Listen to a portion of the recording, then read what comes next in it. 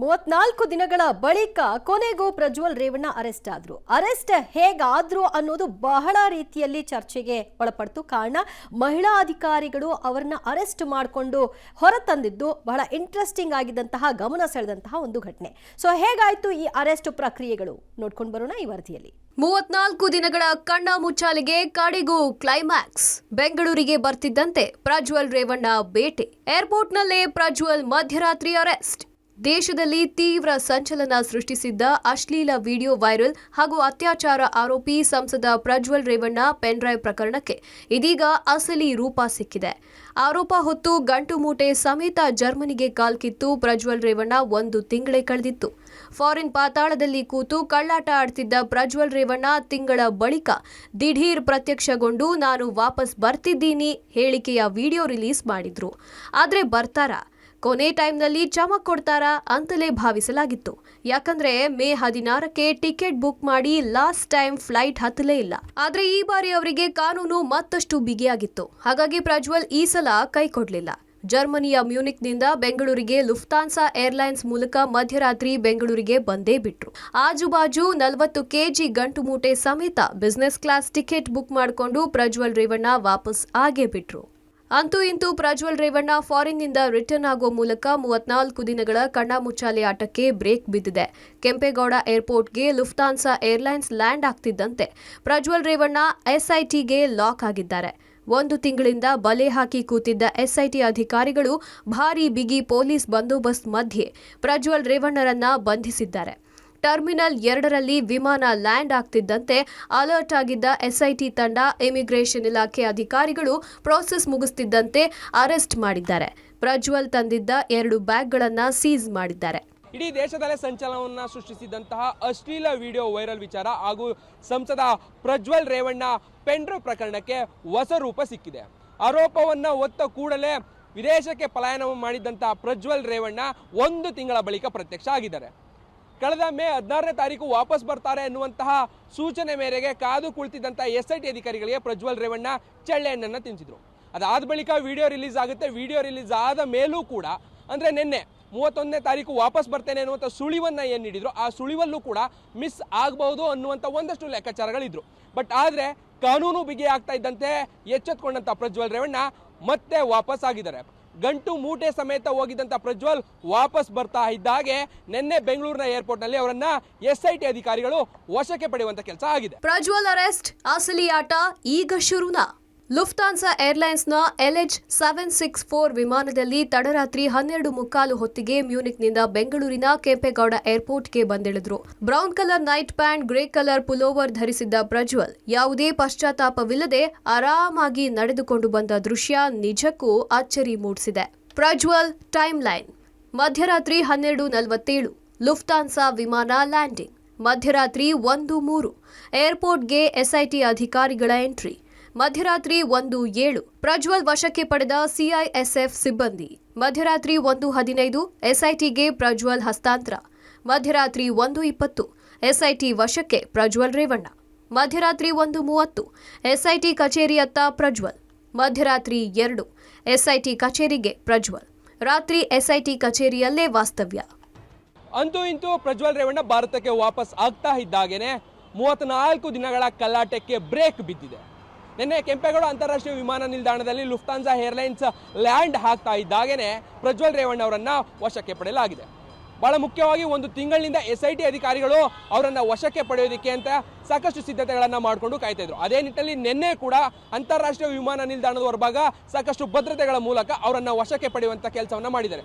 Immigration procedure ಮುಗಿತಾ ಇದ್ದಂಗೆನೆ ವಶಕ್ಕೆ ಪಡೆದಿರುವಂತಹ ಅಧಿಕಾರಿಗಳು ಪ್ರಜ್ವಲ್ ರೇವಣ್ಣ ತಂದಿದ್ದಂತ 2 ಬ್ಯಾಗ್ಗಳನ್ನ ಕೂಡ ಸೀಸ್ ಮಾಡಿದ್ದಾರೆ. ಮಹಿಳಾ ಅಧಿಕಾರಿಗಳಿಂದ ಪ್ರಜ್ವಲ್ ಅರೆಸ್ಟ್ ಯಾಕೆ? ಒಂದೇ ಕಲ್ಲಲ್ಲಿ 2 ಹಕ್ಕಿ ಹೊಡೆಯುವ ಪ್ಲಾನ್. ಕೆಂಪೇಗೌಡ ಏರ್ಪೋರ್ಟ್ನಲ್ಲಿ ಅಲರ್ಟ್ ಆಗಿದ್ದ ಎಸ್ಐಟಿ ಪ್ರಜ್ವಲ್ ರೇವಣ್ಣ ಮಧ್ಯರಾತ್ರಿ 12:47ಕ್ಕೆ ಬರ್ತಿದ್ದಂತೆ ಇಮಿಗ್ರೇಷನ್ ಪ್ರಾಸೆಸ್ ಮುಗಿಸಿ ಪ್ರಜ್ವಲ್ ರೇವಣ್ಣರನ್ನ ಬಂಧಿಸಿದ್ದಾರೆ. ಅಂದಹಾಗೆ ಅಚ್ಚರಿಯ ವಿಚಾರ ಏನಂದ್ರೆ ಪ್ರಜ್ವಲ್ ರನ್ನ ಅರೆಸ್ಟ್ ಮಾಡಿದ್ದು ಮಹಿಳಾ ಪೊಲೀಸ್ ಅಧಿಕಾರಿಗಳು.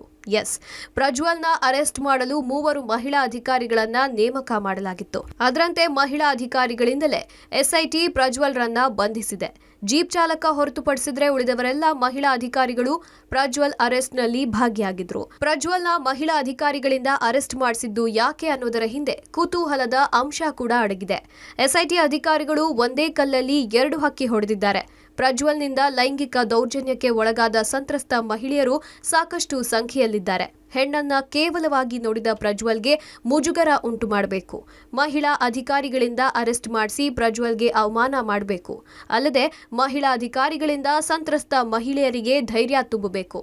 ನಾವಿದ್ದೇವೆ, ಧೈರ್ಯವಾಗಿ ಬಂದು ಕಂಪ್ಲೇಂಟ್ ನೀಡುವಂತೆ ಮೆಸೇಜ್ ರವಾನಿಸಬೇಕು ಅನ್ನೋ ಪ್ಲಾನ್ ಎಸ್ಐಟಿಯದಾಗಿತ್ತು. ಅದರಂತೆ ಮಹಿಳಾ ಅಧಿಕಾರಿಗಳಿಂದ ಅರೆಸ್ಟ್ ಮಾಡಿಸಿದೆ. ಅಷ್ಟೇ ಅಲ್ಲ, ಸಿಐಡಿ ಕಚೇರಿಗೆ ಕೊಂಡೊಯ್ಯುವಾಗ ಜೀಪ್ನಲ್ಲಿ ಪ್ರಜ್ವಲ್ ಅಕ್ಕಪಕ್ಕ ಮಹಿಳಾ ಅಧಿಕಾರಿಗಳೇ ಕೂತಿದ್ರು. ಅತ್ಯಾಚಾರ ಮಾಡಿ ವಿದೇಶದಲ್ಲಿ ತಲೆಮರೆಸಿಕೊಂಡಿದ್ದ ಆರೋಪಿ ಪ್ರಜ್ವಲ್ ರೇವಣ್ಣ ಅವರನ್ನ ನಿನ್ನೆ ತಡರಾತ್ರಿ ಅಂತಾರಾಷ್ಟ್ರೀಯ ವಿಮಾನ ನಿಲ್ದಾಣದಲ್ಲಿ 3 ಮಹಿಳಾ ಅಧಿಕಾರಿಗಳು ಅರೆಸ್ಟ್ ಮಾಡುವ ಮೂಲಕ ಅಚ್ಚರಿ ಮೂಡಿಸಿದ್ದಾರೆ. ಜೀಪ್ನಲ್ಲಿ ಮೌನವಾಗಿದ್ದ ಪ್ರಜ್ವಲ್ ರೇವಣ್ಣ ಮಧ್ಯರಾತ್ರಿ ಬಂಧಿಸಿದ ಬಳಿಕ ಪ್ರಜ್ವಲ್ರನ್ನ ನೇರವಾಗಿ ಸಿಐಡಿ ಕಚೇರಿಗೆ ಕರೆದೊಯ್ಯಲಾಯಿತು. ಏರ್ಪೋರ್ಟ್ನಿಂದ ಸಿಐಡಿ ಕಚೇರಿವರೆಗೆ 30 ಕಿಲೋಮೀಟರ್ ಕ್ರಮಿಸಿದ್ರು ಪ್ರಜ್ವಲ್ ರೇವಣ್ಣ ಮೌನಕ್ಕೆ ಜಾರಿದ್ರು. ರಾತ್ರಿ ನಸುಕಿನ ಜಾವದವರೆಗೂ ಪ್ರಜ್ವಲ್ ರೇವಣ್ಣಗೆ ವಿಚಾರಣೆಯ ಬಿಸಿ ತಟ್ಟಿಲ್ಲ. ಅಧಿಕಾರಿಗಳು ಯಾವುದೇ ವಿಚಾರಣೆ ನಡೆಸಿಲ್ಲ. ಎಸ್ಐಟಿ ಸೆಲ್ನಲ್ಲೇ ರಾತ್ರಿ ಕಳೆದ ಪ್ರಜ್ವಲ್. ತಂದೆಗೆ ತರಿಸಿದ್ದ ಹಾಸಿಗೆ ಕೊಟ್ಟ ಪೊಲೀಸರು. ಸಿಐಡಿ ಕಚೇರಿಗೆ ಪ್ರಜ್ವಲ್ರನ್ನ ಕರೆತಂದ ಪೊಲೀಸರು ತಂದೆ HD ರೇವಣ್ಣಗೆ ಕೊಟ್ಟಿದ್ದ ಎಸ್ಐಟಿ ರೂಮ್ನಲ್ಲಿ ಪ್ರಜ್ವಲ್ಗೂ ವಾಸ್ತವ್ಯಕ್ಕೆ ವ್ಯವಸ್ಥೆ ಮಾಡಲಾಗಿತ್ತು. HD ರೇವಣ್ಣಗೆ ತರಿಸಿದ್ದ ಹಾಸಿಗೆ ದಿಮ್ಮನ್ನೇ ಪ್ರಜ್ವಲ್ಗೆ ಕೊಟ್ಟು ವಿಶ್ರಾಂತಿ ಪಡೆಯಲು ಸೂಚಿಸಿದ್ರು. ಎಸ್ಐಟಿ ಅಧಿಕಾರಿಗಳು ಯಾವುದೇ ವಿಚಾರಣೆ ಮಾಡದೆ ಫ್ರೀಯಾಗಿರಲು ಬಿಟ್ರು. ಇತ್ತ ಪ್ರಜ್ವಲ್ ರೇವಣ್ಣ ಪರ ವಕೀಲ ಅರುಣ್ ಮಾಧ್ಯಮದವರ ಜೊತೆ ಮಾತನಾಡ್ತಾ ಪ್ರಜ್ವಲ್ ರೇವಣ್ಣ ಕೊಟ್ಟ ಮಾತಿನಂತೆ ವಾಪಸ್ ಬಂದಿದ್ದಾರೆ. ತನಿಖೆಗೆ ಸಹಕಾರ ಕೊಡ್ತೇನೆ ಅಂದಿದ್ದಾರೆ. ಕೋರ್ಟ್ನಲ್ಲಿ ಕಾನೂನು ಹೋರಾಟ ಮುಂದುವರಿಯುತ್ತೆ. ನಂತರ ರೆಗ್ಯುಲರ್ ಬೇಲ್ಗೆ ಅರ್ಜಿ ಹಾಕ್ತೀವಿ ಅಂದ್ರು. ಈಗ ಹೋಗಿ ಮಾತಾಡಿ ಬಂದಿದ್ದೀನಿ. ಅವರು ತನಿಖೆಗೆ ಸಹಕರಿಸಲಿಕ್ಕೆ ಅಂತ ಹೇಳಿ ಮುಂದೆ ಬಂದಿದ್ದಾರೆ. he has said sir I am giving fullest of cooperation. ರಾತ್ರಿ ಬಂದಿದ್ದೀನಿ, ಇಲ್ಲಿದ್ದೀನಿ. ಸೊ ನೆಕ್ಸ್ಟ್ ಡೇ ಕೂಡ ನಾನು ಇವತ್ತಿನ ದಿವಸ ಕೂಡ ನಾನು ಕೋಆಪರೇಟ್ ಮಾಡ್ಲಿಕ್ಕೆ ರೆಡಿ ಇದ್ದೀನಿ. I just explain him how the court procedures would work. ಅದನ್ನು ತಿಳಿಸಿ ಬಂದಿದ್ದೇನೆ. ನಿನ್ನೆ ಅವರು ಬಂದಿದ್ದಾರೆ. ಇವತ್ತು ನನಗೆ SITಯಿಂದ ಹೇಳಿ ಕಾಲ್ ಬಂದಿತ್ತು. ಸೊ ಹಾಗಾಗಿ ನಾನು ಬಂದಿದ್ದೀನಿ, ಮಾತಾಡಿದ್ದೀನಿ. ಅದಕ್ಕಿಂತ ಹೆಚ್ಚು ಇನ್ನೇನು ಆಗಿಲ್ಲ. ಹೊಳೆನರಸೀಪುರ ಕೇಸ್ನಲ್ಲಿ ಅರೆಸ್ಟ್ ಮಾಡಿದ್ದಾರೆ. ಪ್ರಜ್ವಲ್ ರೇವಣ್ಣ ಮೊಬೈಲ್ SIT ವಶಕ್ಕೆ. ಡಿಲೀಟ್ ಆಗಿರೋ ಡೇಟಾ ರಿಕವರಿ ಆಗುತ್ತಾ? ಪ್ರಜ್ವಲ್ ಅರೆಸ್ಟ್ ಆಗ್ತಿದ್ದಂತೆ ಅವರ ಮೊಬೈಲ್ ಅನ್ನ SIT ಅಧಿಕಾರಿಗಳು ಸೀಸ್ ಮಾಡಿದ್ದಾರೆ. ಲೈಂಗಿಕ ದೌರ್ಜನ್ಯ, ಅತ್ಯಾಚಾರ ವೇಳೆ ವಿಡಿಯೋ ರೆಕಾರ್ಡ್ ಮಾಡಲು ಬಳಸಿದ್ದ ಮೊಬೈಲ್ಗಾಗಿ ವಶಕ್ಕೆ ಪಡೆದಿದೆ. ಅಶ್ಲೀಲ ವಿಡಿಯೋಗಳನ್ನ ಚಿತ್ರಿಸಿಕೊಂಡಿರುವ ಮೊಬೈಲ್ ಈ ಪ್ರಕರಣದಲ್ಲಿ ಪ್ರಮುಖ ಸಾಕ್ಷಿಯಾಗಿದೆ. ವಿಡಿಯೋ ಮಾಡಿದ್ದ ಮೂಲ ಮೊಬೈಲ್ ಈ ಕೇಸಿಗೆ ಅಗತ್ಯವಾಗಿದ್ದು, ಹೀಗಾಗಿ ಪ್ರಜ್ವಲ್ ವಿಡಿಯೋ ಮಾಡಿದ್ದ ಮೊಬೈಲ್ ಬಗ್ಗೆ ಮೊದಲು ತನಿಖೆ ಆರಂಭ ಆಗುವ ಸಾಧ್ಯತೆ ಇದೆ. ಮೂಲ ಮೊಬೈಲ್ ಸಿಕ್ಕರೆ ಪ್ರಕರಣದ ವಿಚಾರಣೆಗೆ ಬಲ ಸಿಗಲಿದೆ. ಮತ್ತೊಂದೆಡೆ ವಿಡಿಯೋ ಲೀಕ್ ಆದ ತಕ್ಷಣ ಮೊಬೈಲ್ ಡೆಸ್ಟ್ರಾಯ್ ಮಾಡಿರುವ ಸಾಧ್ಯತೆ ಇದೆ. ಪ್ರಜ್ವಲ್ ರೇವಣ್ಣ ತಾವು ಬಳಸುತ್ತಿದ್ದ ಮೊಬೈಲ್ ವಿದೇಶದಲ್ಲಿಯೇ ನಾಶ ಮಾಡಿರುವ ಸಾಧ್ಯತೆ ಇದೆ. ಹೀಗಾಗಿ ಡಿಲೀಟ್ ಆದ ಡೇಟಾ ರಿಟ್ರೀವ್ ಮಾಡಲು ಮುಂದಾಗಿದೆ. ಜೊತೆಗೆ ಅತ್ಯಾಚಾರ ನಡೆದಿದೆ ಎನ್ನಲಾದ ಸ್ಥಳಗಳಿಗೆ ತೆರಳಿ ಸಾಂದರ್ಭಿಕ ಸಾಕ್ಷಿಯನ್ನ SIT ಕಲೆ ಹಾಕಲಿದೆ. ಇದರ ಜೊತೆಗೆ ಪ್ರಜ್ವಲ್ ರೇವಣ್ಣ ಬಳಿ ದೊರೆತ ದಾಖಲೆಗಳು ಹಾಗೂ ಲಗೇಜ್ಗಳನ್ನ ಪರಿಶೀಲನೆ ನಡೆಸಲಿದ್ದಾರೆ. ಅತ್ಯಾಚಾರ ಆರೋಪಿ ಪ್ರಜ್ವಲ್ ರೇವಣ್ಣ ಅವರು ತಾನು ಸಂತ್ರಸ್ತ ಮಹಿಳೆಯರ ವಿಡಿಯೋನ ಮಾಡಿದ್ದ ಮೊಬೈಲನ್ನು ವಿದೇಶದಲ್ಲಿ ಹೋಗಿದ್ದಂಥ ಸಂದರ್ಭದಲ್ಲಿ ನಾಶ ಮಾಡಿದ್ದಾರೆ ಅನ್ನುವಂಥ ಮಾಹಿತಿ ಈಗ SIT ಅಧಿಕಾರಿಗಳಿಗೆ ಸಿಕ್ಕಿರುವಂಥದ್ದು.